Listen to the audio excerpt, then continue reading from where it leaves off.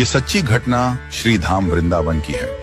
चांदनी रात थी, मंदिर के द्वार बंद हो चुके थे। धीरे धीरे बाजार भी बंद होने लगा।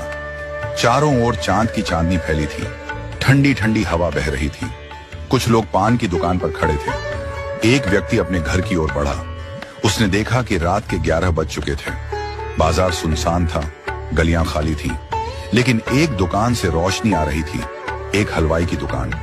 वह व्यक्ति वहां पहुंचा और देखा कि एक वृद्ध हलवाई बाबा लड्डू बना रहे थे।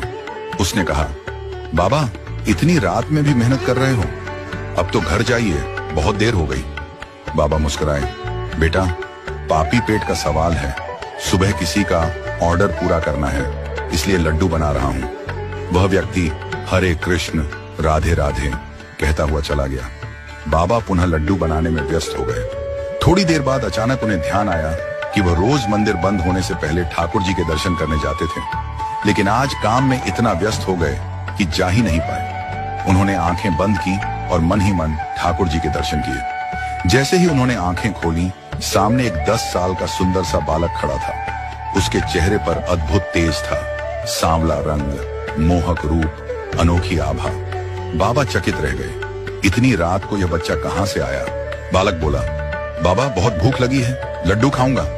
बाबा प्रेम से बोले, बेटा ले लो, मुझे कुछ नहीं चाहिए। बालक बोला, बिना कुछ दिए नहीं लूंगा, ये कंगन ले लो, तभी लड्डू खाऊंगा। बाबा सोच में पड़ गए, फिर मन रखने के लिए बोले, ठीक है बेटा, दे दो कंगन। उन्होंने सोचा, जब बालक लड्डू खा लेगा तो कंगन लौटा देंगे। बालक ने कंगन दिया। बाबा ने दोनों हाथों में लड्डू दे दिए, लेकिन जैसे ही बाबा ने दूसरी ओर देखा, बालक वहां नहीं था। बाबा स्तब्ध रह गए। काम पूरा करके दुकान बंद की और घर की ओर चल दिए।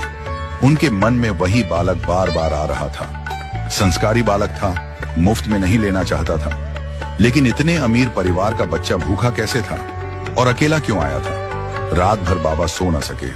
सोचते रहे कि बालक जरूर अपने माता पिता के साथ दुकान पर आएगा और वे उसे कंगन लौटा देंगे। अगले दिन सुबह बाबा ने दुकान खोली, पूजा पाठ किया और प्रतीक्षा करने लगे, लेकिन बालक नहीं आया। इतने में मंदिर के भंडारी जी दुकान के सामने से निकले। बाबा ने हमेशा की तरह उन्हें पुकारा, जय हो बिहारी जी की। कैसे हो भंडारी जी।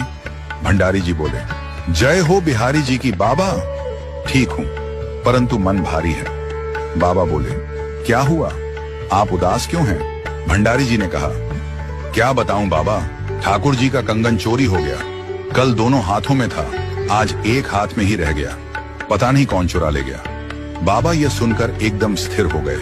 हाथ कांपने लगे, माथे पर पसीना आ गया। कांपते हाथों से उन्होंने वही कंगन उठाया और भंडारी जी से पूछा, क्या यह वही कंगन है। भंडारी जी चौंक गए। बाबा, यही तो ठाकुर जी का कंगन है, आपके पास कैसे आया।